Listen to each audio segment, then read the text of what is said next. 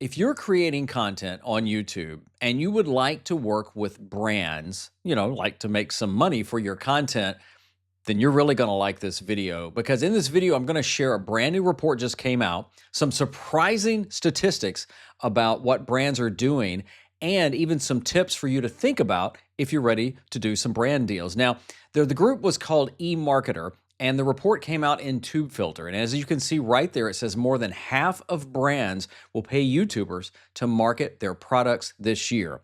Now, one of the things they say in there is that the creator industry is a $250 billion ecosystem, and this year it's expected to rake in over $10 billion in influencer marketing spend. That's a lot of money that's going to be flooding in there. And they go on to say in the article that it's even faster than they thought it would be coming out. So the article goes on to point out that among all the platforms out there, there are three dominant platforms: YouTube, Instagram, and TikTok. And that eMarketer, who put this together, they expect that in 2025, brands will spend the most on YouTube. You ready for this? $3.5 billion. Now, Instagram is in second and TikTok is in third, but look at this. TikTok is in third, or I guess another way of saying it is YouTube is in first by almost 3 times the amount of what will be spent on TikTok. Then you go all the way down to the last paragraph. In 2025, eMarketer expects more than half of U.S. marketers to pay for influence advertising on YouTube. That's the first time this will ever happen. Brands, advertisers, however you want to say it, they are putting more money on YouTube, specifically with content creators. So it's a great time if you're thinking of working with a brand. Now, this video is not like I'm going to give you these special hacks and get a brand's attention and things like that, but I want you to get how much money is going to be coming to YouTube over the other platforms, and that they're looking for people to work with. Now, I don't know where you are in your creative journey, but you may be saying, well, Kevin, I don't have a big channel at all. I don't have a lot of subscribers, or I don't have a lot of views or things like that. Well, my first brand deal, and keep in mind, I started YouTube in 2017. My first brand deal was in 2021, and I had 737 subscribers.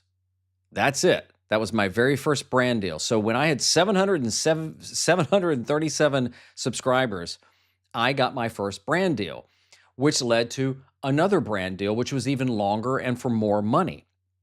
So this idea that you have to have a huge channel with a lot of people is not necessarily true. And I've been working with brands on and off through different things from there. So again, just get that out of your head.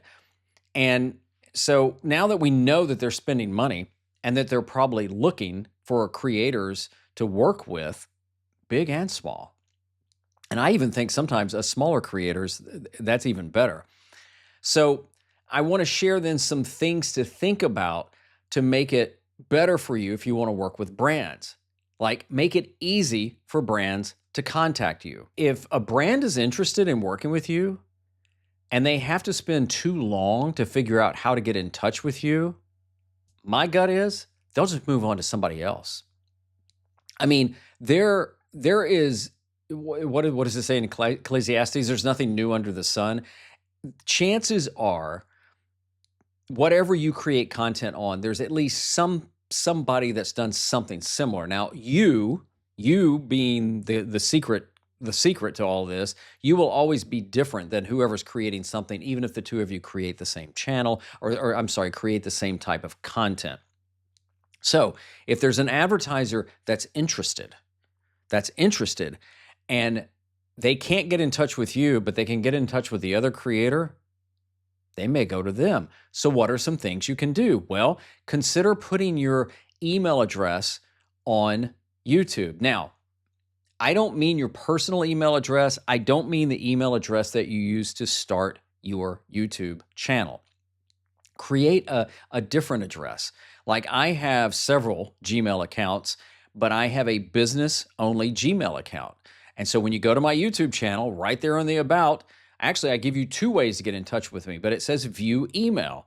And all somebody has to do is click that. There's going to be a little like, make sure you're not a robot. You click it and it'll show you my email address. And if you can do it, you can go see what it is and you could actually send me an email if you wanted to, especially if you're a brand. Just don't get crazy, right? Put a business, put a way to contact you there. And notice I've got one link that goes to my website because I want to make it easy for brands to reach out to me. Do I know it works? Yes, because I get emails a lot. Now, a lot of times they're spammers. A lot of times it's people wanting to do my thumbnails and do my SEO and all that stuff. Thank you, not so much. I'm not interested in that. But I also like just today, I had 2 brands reach out to me, both actually pretty cool brands, wanting to like talk to me about maybe reviewing a product. We'll see where that goes, right? But make it easy. Another thing is, if you've got a website, put a contact form on there. This is my site. It's on PayHip. And if you notice right there, right now, it says work together. When you click on work together, there's a contact form. It's nothing fancy, but again, I want to make it easy for someone to find me. Now, let's say you don't have a website. Well, then consider something like my website is on PayHip. This site is on PayHip. PayHip is free, and you can also do other things on PayHip too, like have digital downloads, online courses, and things like that. You can go to Squarespace. Another one is Hostinger. Hostinger actually has some great deals, and nobody's sponsoring this video. Hostinger has some great deals where you can get like up to 100 websites. So you could actually create different websites for a low price. They have their own builder. They also do WordPress. But there's even a site called Carrd, C-A-R-R-D. I'll try and put a link to all of these sites in the description if you want to check them out. And Carrd is a free site, and it's really simple, but I believe they have a contact form on there you can use. And then there's other things like link in bio and things like that. So again, you could really do this. Another thing is put it in your description. So in your YouTube description videos, you can always put something down there about contacting you. This is where I am on YouTube descriptions. I think if we put too much stuff in our description, we're asking people to do too much work. So if you're putting all your socials in there and a bunch of videos and all the gear you use and all your favorite things and your hobbies and this and that, oh, and here's a link if you want to work with me, it just may be too much. I would recommend putting a link in there if you want to make it easier for brands or somebody to reach out to you. And here's kind of a little bonus tip. If you add it to your default description, you don't have to do it all the time. So for example, if you go to your settings, and I've done a whole video on this, I'll put a link to that down below. Go to settings, upload defaults, basic info. And here's one I just put in there. Notice the third line for sponsorships, brand deals, and collabs. And that will be a hyperlink that goes to my website. So once that video is published, so if I publish this video right here, when I publish this video, those links will be there. In fact, check it. I'll leave that up there so you can actually check that in this description of this video, and you'll see that link, and it will link to that contact form that I showed you on my website. You could do that, and you could say as little or as much as you wanted to, but it'll always be there. So those are some things to do to make it easy. Now, I also think there are some important questions to ask yourself when it comes to brand deals and working with brands. The first of all, does the brand align with your content? I hope you get overrun, maybe not overrun. I hope you have a lot of brands, legit brands, reach out to you wanting to work with you. But just because they reach out, and it's very exciting, does it align with your content? So let's say you are a channel that talks about gardening, and it could even be a specific type of gardening. But let's say a maker of an e-bike, making this up, I actually had an e-bike brand reach out to me, and while it was tempting, I just don't know anything with e-bikes. But let's say they reach out to you and they want to sponsor a video.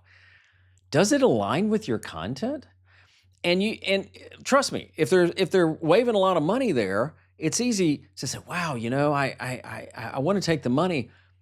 But it could also be a turnoff, I believe, because it just doesn't match anything with your content. So all of a sudden you've got a segue, if you're doing it that way, like a video integration, like a commercial in the middle of it, to something that just doesn't make any sense. So I would recommend you ask the question, does this brand align with my content?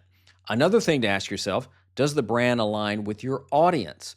Kind of goes hand in hand, but is this something that you would want to share with your audience?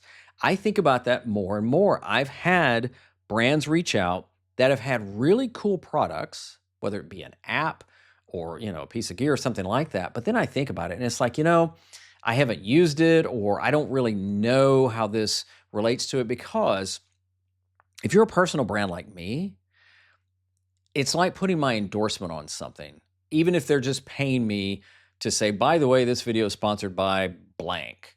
And yeah, I can't control if you have a bad experience with it, but if it doesn't align with what I think you are interested in, and I can't decide I don't know what everybody's interested in. That's something to think about. And another question, does the brand align with your values? I've had brands pitch me and we were just so far apart. And it's not a judgment call on their character. It's just whatever they did, whatever they made.